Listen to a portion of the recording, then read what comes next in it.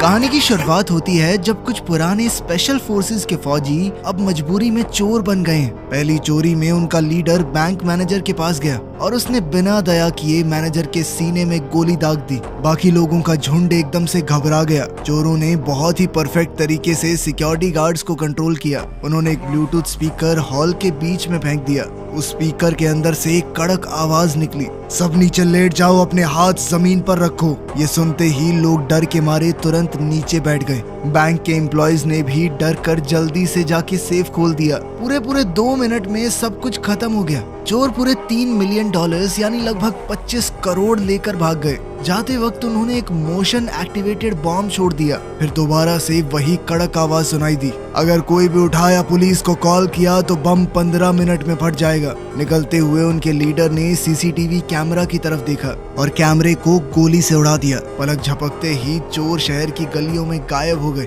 FBI को crime के 25 minute बाद रिपोर्ट मिली। सीन पर सिर्फ एक ही हिंट था, बॉम्ब पर लगा हुआ एक फिंगरप्रिंट, उसके अलावा और कोई सबूत नहीं। सेक्रेटरी जॉनथन समझ नहीं पाया कि इतनी आसानी से चोरी हो गई। उसके बाद भी चोरों ने बैंक मैनेजर को क्यों मार दिया? क्या इसके पीछे कोई बड़ा राज है? ये जानने के लिए जॉनथन सबूत ढूंढने निकला, पर उसके साथी ने बताया कि पुलिस बम ले जा चुकी है। पुलिस इस मामले में क्यों पड़ रही है ये देखकर वो चिढ़ गया। गुस्से में वो पुलिस स्टेशन गया पुलिस चीफ ब्रायन को ढूंढने के लिए और उससे सीधा पूछा कि ये FBI का केस है, इसमें टांग क्यों अड़ा रहे हो तुम, और जो भी सबूत मिले हैं उन्हें मेरे हवाले कर दो। ये सब सुनकर ब्रायन थोड़ा घबरा गया। उसने बताया कि फिंगरप्रिंट जेम्स नाम के एक आदमी का है जो पहले स्पेशल फोर्सेस में था। आज से करीब 5 साल पहले जेम्स और उसकी टीम ने कॉलेज के कुछ स्टूडेंट्स को किडनैप करके फिरौती की मांग की और फिर जब टाइम पे पैसे नहीं मिले तो सबको मार दिया। फिर फौज की एक दूसरी यूनिट गई और उन सभी बागी कमांडोज को मौत के घाट उतारा और अब जेम्स के परिवार में उसका छोटा भाई रेंजर ही बचा है। पुलिस को लगा कि जब जेम्स और उसकी टीम मर चुकी है तो जरूर रेंजर ने ही ये क्राइम किया होगा और किसी हाईटेक टेक्निक से उसने जेम्स का फिंगरप्रिंट वहां लगा दिया। पर तभी एजेंट वेल्स खबर लेकर आया कि चोरी के टाइम पर रेंजर को एक दुकान में देखा गया है, इसीलिए हम उसे अरेस्ट नहीं कर सकते क्योंकि एक आदमी 2 जगह पे तो हो नहीं सकता। जॉनथन समझ गया कि चोर जरूर उन्हें भटकाने की कोशिश कर रहे हैं, क्योंकि जिस तरह ये चोर काम कर रहे हैं वो स्पेशल फोर्सेस के हो ही नहीं सकते, क्योंकि कभी भी स्पेशल फोर्सेस वाले अपना फिंगरप्रिंट छोड़ के तो नहीं जाएंगे। या तो ये बेवकूफ हैं या हद से ज्यादा चालाक। एजेंट्स इस केस की छानबीन कर ही रहे थे, तभी फिर से एक दूसरी चोरी हो गई। इस बार चोरों ने बैंक मैनेजर के घर वालों की जान लेने की धमकी देकर उससे बैंक का सेफ खुलवाया था। मैनेजर ने ईयरपीस पहना और बैंक के अंदर गया। मैनेजर ने डर के मारे सब लोगों को ब्रेकफास्ट करने भेज दिया और फिर तिजोरी खोली। काम होता देखकर चोर बैंक की तरफ बढ़े और जैसे ही चोर बैंक में घुसे उनका सामना एक फीमेल एम्प्लॉय से हो गया जो वहां से जा ही रही थी। डर के मारे वो अलार्म बजाने जा ही रही थी पर मैनेजर ने उसे रोक दिया। चोर ने फिर से स्पीकर से वही आवाज चलाई और पूरे बैंक को अपने कंट्रोल में ले लिया, पर इस बार उन्होंने पैसे नहीं बल्कि सेफ में रखे हुए कुछ डॉक्यूमेंट्स लिए। और सबसे अजीब बात तो ये थी कि उन्होंने घायल गार्ड को भी ठीक करवा दिया। उस फीमेल एम्प्लॉय से उसकी मरहम पट्टी करवा दी। इससे लग रहा था कि वो बिना बात लोगों को नहीं मारते, तो फिर पहली चोरी में मैनेजर को क्यों मारा? थोड़ी देर बाद ही जवाब मिल गया। बारिश में तीसरा मैनेजर ऑफिस जाने वाला है, तभी एक चोर ने उसकी गाड़ी का दरवाजा खोला, उसे बहुत जोर से बाहर खींचा और गीली सड़क पर फेंक दिया। मैनेजर कुछ समझ पाता उससे पहले ही एक चाकू उसकी गर्दन में घुसा दिया गया। खून धीरे धीरे बारिश के पानी में रिसने लगा। चोरों ने उसकी तकलीफ देखकर भी बिल्कुल दया नहीं दिखाई, मानो उनका कोई पुराना बदला पूरा हुआ हो। बैंक के मालिक जेफरी को पता चला कि उसकी 2 ब्रांचेस लूट ली गई हैं। $3 मिलियन इतने बड़े बैंक के लिए कोई बड़ी रकम नहीं थी। पैसों से ज्यादा उसे डॉक्यूमेंट्स की चिंता हो रही थी, क्योंकि उनके अंदर जेफरी का एक बहुत बड़ा राज छुपा हुआ है। 2 बैंक्स में लगातार चोरी के बाद सेक्रेटरी जॉनथन बहुत परेशान हो गया। उस फिंगरप्रिंट के अलावा चोर कोई दूसरा सुराग छोड़कर नहीं गए थे। उसको सबसे ज्यादा परेशान बस ये बात कर रही थी कि चोर एक बैंक में मैनेजर को मार गए, वहीं दूसरे में घायल सिक्योरिटी गार्ड को भी बचा लिया। ये उल्टा सीधा बर्ताव देखकर जॉनथन सोच में पड़ गया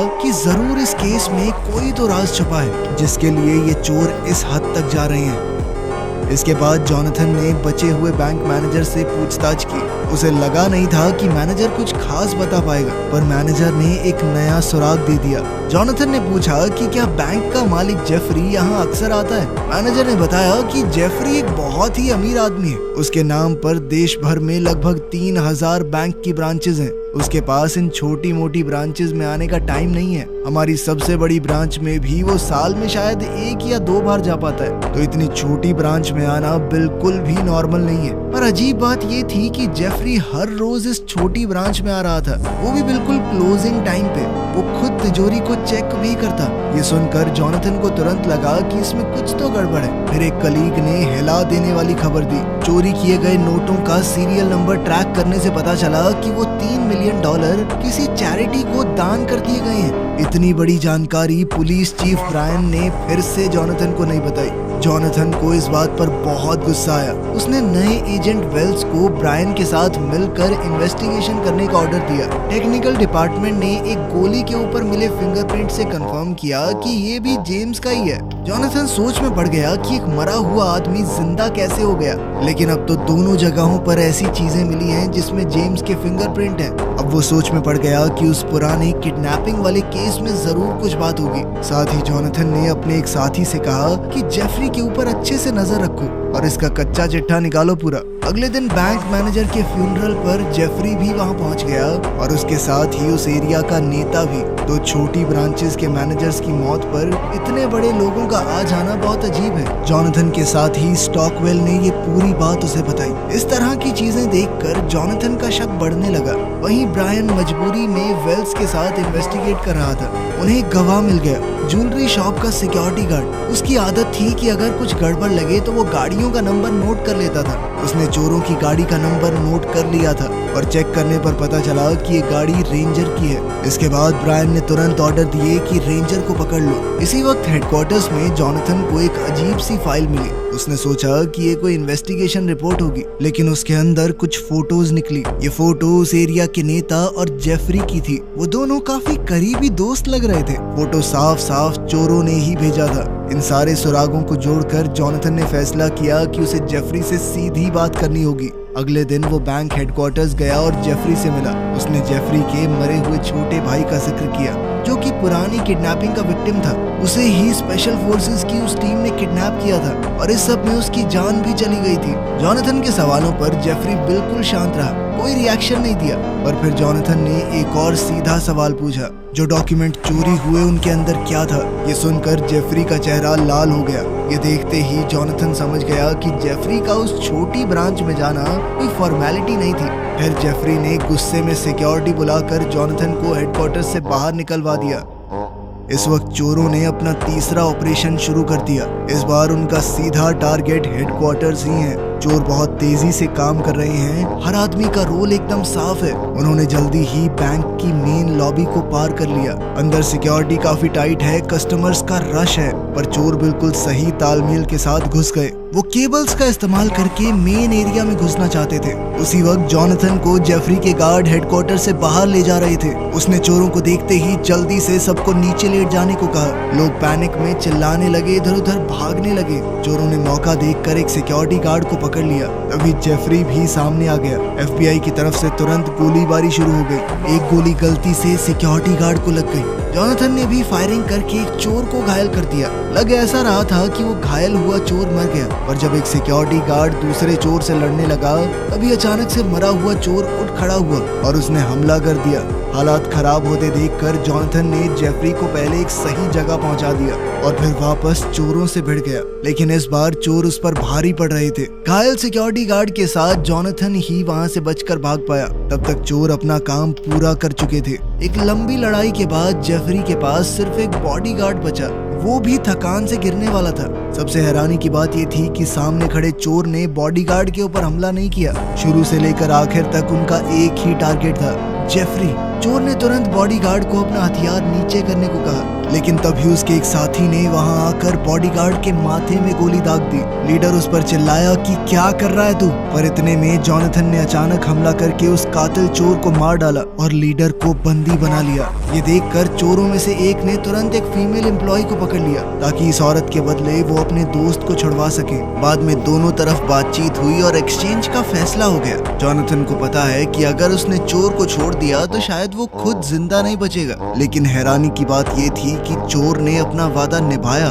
उसने जॉनथन को छोड़ दिया और अपने साथियों से कहा कि गोली मत चलाना। फिर सारे चोर बहुत जल्दी वहां से निकल गए। FBI ने पूरे क्राइम सीन को पूरी तरह सील कर दिया और मरे हुए चोर के शरीर से कोई सुराग ढूंढने की कोशिश की, लेकिन उन्हें कुछ भी नहीं मिला। बाद में टेक्निकल टीम ने बॉडी चेक की तो पता चला कि फिंगरप्रिंट्स तो मिटे हुए हैं और उस आदमी के सारे दांत तक निकाल दिए गए थे ताकि उसकी पहचान कभी ना हो सके। ये चोर बहुत सटीक तरीके से काम करते थे। ये देखकर अब एजेंट्स को भी लग रहा था कि शायद ये लोग पुराने स्पेशल फोर्सेस के ही बंदे हैं। इसी दौरान ब्रायन को एक कॉल आया। उसके ऑफिसर ने बताया कि रेंजर मिल गया है। ब्रायन और वेल्स तुरंत उस जगह पहुंच गए, लेकिन कमरे के अंदर उन्हें सिर्फ रेंजर की भाभी मार्था मिली। उसने बताया कि जेम्स की मौत के बाद जब भी रेंजर मिलने आता है वो उसके घर कुछ पैसे देकर जाता है ताकि बच्चों का गुजारा हो सके। ब्रायन को लगा कि यहाँ से कुछ नहीं मिलेगा। तभी उसे एक और रिपोर्ट मिली कि रेंजर एक पुराने घर में देखा गया है, शायद वहीं पे बाकी चोर भी छुपे हों।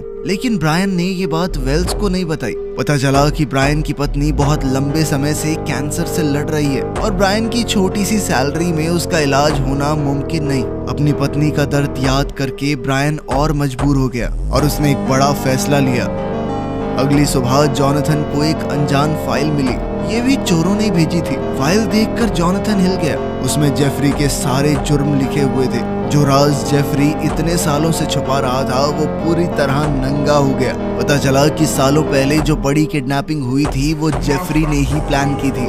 उसका मकसद था कि उसके परिवार की जायदाद पूरी तरह उसे मिल जाए, कोई बंटवारा ना हो। जेफरी ने एक बड़े मिलिट्री ऑफिसर को पैसे देकर एक झूठे टेररिस्ट को रोकने का ऑर्डर बनवाया। जेम्स की स्पेशल फोर्सेस टीम को तुरंत इस ऑपरेशन पर भेज दिया गया। टीम ने सोचा कि वो असली आतंकवादी को मारने जा रहे हैं, इसीलिए उन्होंने जल्दी से घर पर रेड की और अंदर मौजूद सभी लोगों को खत्म कर दिया। और मिशन के बाद उन्हें पता चला कि वो आतंकवादी नहीं थे बल्कि बिना हथियारों के कॉलेज स्टूडेंट थे। उनमें जेफरी का छोटा भाई भी था। टीम को इस बात पर यकीन नहीं हुआ। उन्हें लगा कि ऑर्डर गलत था। उन्होंने तुरंत ऊपर रिपोर्ट भेजी, लेकिन इससे पहले सच सामने आता एक दूसरी स्पेशल फोर्सेस टीम ने उन पर हमला कर दिया। जेम्स की टीम तैयार नहीं थी और अचानक से हुए हमले की वजह से वो एक एक करके मरते गए।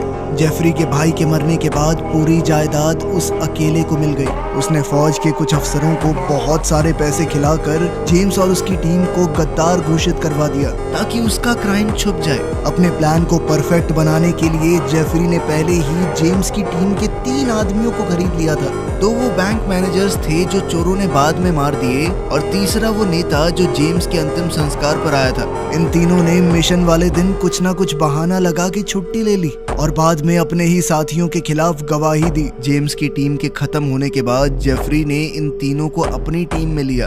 एक को नेता बना दिया और 2 को बैंकिंग सिस्टम में डालकर मैनेजर। इसीलिए इन तीनों का रिश्ता इतना गहरा था। जेफरी को लगा था कि उसका राज जिंदगी भर दबा रहेगा। वो इतने समय से एक अमीर और ताकत भरी जिंदगी जीता रहा, लेकिन ये पक्का करने के लिए कि उसके साथ ही उसे धोखा ना दें, उसने सबूत छुपा कर रखे थे जो अगर सामने आए तो सब पकड़े जाएंगे। लेकिन अब ये सबूत बाहर आ चुके थे और इस सब के पीछे जो लोग हैं वो उसी मिशन के बचे हुए स्पेशल फोर्सेस सोल्जर्स थे। उन्हें धीरे धीरे समझ आया कि जेफरी ने उनका इस्तेमाल किया है। उसने उनके हाथों अपने ही फौजी भाइयों को मरवा दिया।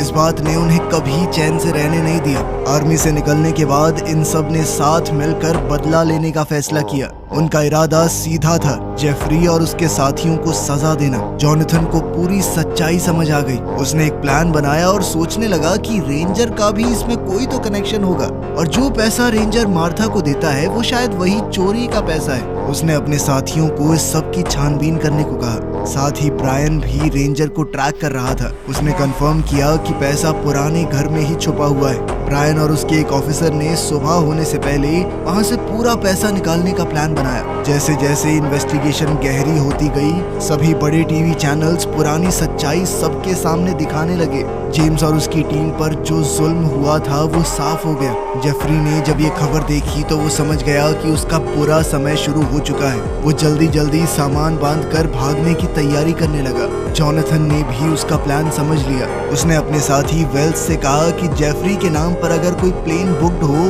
तो उसकी जांच करो ताकि वो यहाँ से भाग न सके। दूसरी तरफ जॉनथन खुद उस बार में गया जहाँ जेम्स की गर्लफ्रेंड काम करती है। उसे शुरुआत से ही शक था कि जेम्स जिंदा है। सुबह सुबह ब्रायन अपने साथियों से मिलने गया। ऐन मौके पर उसका मन बदल गया। उसने अपने दोनों साथियों से कहा कि छोड़ो ये सब, ये नहीं करते, पर उसके साथ ही पैसों के लालच में अंधे हो चुके थे। उन्होंने ब्रायन की बात बिल्कुल नहीं सुनी। उधर जॉनथन को बार के अंदर ही जेम्स मिल गया। सामने जिंदा खड़े जेम्स को देखकर उसका शक सच में बदल गया। फिर वो जेम्स को FBI हेडक्वार्टर्स में ले गया और पूछताछ शुरू हुई। सारे सुराग देखकर जॉन ने अंदाजा लगाया कि शायद बदला लेने के लिए जेम्स ही चोरों का हेड बन गया, लेकिन जेम्स ने इस बात से साफ इनकार कर दिया। उधर ब्रायन भी अपने दोनों साथियों से लड़कर अलग हो गया, लेकिन वो दोनों अभी भी पैसे चुराना चाहते थे। लेकिन उस पुराने घर में जाकर उन्हें अपनी आंखों पर विश्वास ही नहीं हुआ। जहां उन्हें लाखों करोड़ों रुपए मिलने की उम्मीद थी, वहां पैसा था ही नहीं। तभी अचानक उनके कानों में पुलिस के सायरन तेजी से बजने लगे। उन दोनों में से एक ने फौजियों पर गोली चलानी चाहिए, पर पुलिस ने उसे वहीं ढेर कर दिया। दूसरे ने ये सब देखा तो हाथ उठाकर सरेंडर कर दिया, जिसके बाद उसे भी गिरफ्तार कर लिया गया। तभी FBI में जॉनथन को खबर मिली कि ब्रायन के आदमी भी पकड़ लिए गए हैं। तभी ब्रायन भी वहां पहुंच गया। जॉनथन ने हंसकर कहा कि तुम अपना गुनाह मानने आए हो, सच सच बताओ तुम्हें कैसे पता कि पैसा कहाँ छुपा है। ब्रायन ने कहा कि मेरे एक इन्फॉर्मर ने बताया था मुझे। तुम्हारे साथी वेल्स को भी इस सब के बारे में पता था। ये सुनकर जॉनथन एकदम चुप हो गया। उसके साथी ने कभी इस बात का जिक्र नहीं किया। कुछ गलत होने का एहसास होते ही जॉनथन ने तुरंत वेल्स की फाइल चेक की। फाइल में लिखा था कि वेल्स उसी स्पेशल फोर्सेस यूनिट का हिस्सा था जिसे जेफरी ने इस्तेमाल किया था। मिशन के बाद वेल्स ने अचानक आर्मी छोड़कर FBI ज्वाइन कर ली। जॉनथन को अब सब कुछ समझ आ गया। वेल्स को तो शुरुआत से सब कुछ पता था। उसने ही अपनी पावर का गलत इस्तेमाल करके चोरों को सुराग दिए ताकि वो जेफरी से बदला ले सके, यानी कि वही असली मास्टरमाइंड चोर है। अब पूरा सच सामने आ गया था। जॉनथन ने तुरंत वेल्स को पकड़ने का ऑर्डर दे दिया। पुलिस गाड़ियां तेजी से उसे पकड़ने निकल पड़ी। उधर स्टॉकवेल ने जेफरी की लोकेशन का पता लगा लिया था। दोनों जेफरी को पकड़ने गए पर देर हो गई। जेफरी हेलीकॉप्टर लेकर भाग चुका था। चोरों का बदले का प्लान पूरा नहीं हो पाया। ये देखकर वेल्स अपने गुस्से पर काबू नहीं रख पाया। वो धड़ाधड़ हेलीकॉप्टर पर गोलियां चलाने लगा। ये देखकर स्टॉकवेल कहने लगा, तू पागल हो गया है क्या कर रहा है? वो बोल ही रहा था कि इतने में वेल्स के सभी साथी बंदूकें लेकर वहां आ गए। ये देखकर तो स्टॉकवेल भी समझ गया कि असल मास्टरमाइंड वेल्स ही है। वो हर तरफ से घिर चुका था, फिर भी उसने पूरा जोर लगाया। उसने लड़कर अपने आसपास के चोरों को गिरा दिया और वेल्स को जमीन पर फेंका। उसके धोखे से स्टॉकवेल को बहुत गुस्सा आ रहा था और वो गुस्से में उसे पीटने लगा। इतने में एक चोर ने राइफल का बट स्टॉकवेल के सर पे मारकर उसे बेहोश कर दिया। इतने में पुलिस की गाड़ियां सायरन बजाते हुए आ गईं। जॉनथन दौड़ते हुए छत पर आया, लेकिन अब देर हो गई थी। छत पर सिर्फ एक जख्मी स्टॉकवेल पड़ा था। वेल्स और उसके साथी भाग चुके थे। तभी ब्रायन को याद आया कि उसने वेल्स की गाड़ी में एक मैप देखा था। उसे याद है कि उस मैप में एक जगह पर निशान लगा हुआ था। अपनी याददाश्त से वो उस जगह पर पहुंचा। वहां पर वेल्स पैसा शिफ्ट कर रहा था। ब्रायन को देखकर वेल्स ने कहा कि यहाँ से चले जाओ चुपचाप। जब ब्रायन वहां से नहीं गया तो वेल्स ने गोली चला दी, लेकिन वो ब्रायन को यूं ही छोड़ नहीं सकता था। उसने खुद पुलिस को ब्रायन की लोकेशन के बारे में बता दिया और फिर जेफरी को ढूंढने निकल पड़ा। जॉनथन भी उन्हें ऐसे ही छोड़ने वाला तो नहीं था। कुछ महीने बाद उन्हें मेक्सिको में जेफरी का पता लग गया। जॉनथन को यकीन था कि वेल्स भी यहीं होगा। वो अकेला ही उसे ढूंढने निकल पड़ा। जब दोनों दोबारा मिले तो जॉनथन की आंखों में वेल्स के लिए दया, गुस्सा, दर्द सब कुछ मिला हुआ था। वेल्स ने जॉनथन को बताया कि इतने सालों से हम अंदर ही अंदर मर रहे थे। उस मिशन वाले वक्त मुझे लगा था कि कुछ तो गड़बड़ है, लेकिन एक फौजी को अपना दिमाग बंद करके सीधा ऑर्डर्स फॉलो करने पड़ते हैं, यही हमारा फर्ज है। लेकिन उस दिन की हुई गलती ने मुझे कभी चैन से सोने तक नहीं दिया। जब उनका मिशन आगे बढ़ा तो वेल्स के दिल का डर और ज्यादा बढ़ गया। आखिर में सिर्फ जेम्स जिंदा बचा था। जेम्स की आंखों में डर देखकर वेल्स को पूरी तरह यकीन हो गया कि उसका शक बिल्कुल सही था। उन सबको ऊपर वाले लोगों ने इस्तेमाल किया था। सच जानने के बाद वेल्स और उसके साथियों ने जेम्स की लाश उठाने का नाटक किया और कम से कम उसे बचा लिया। लेकिन बेचारे जेम्स के पास जिंदा रहकर भी बचा क्या? वो अपनी पहचान तक खो बैठा। जो आदमी अपने देश के लिए जान देने को तैयार था,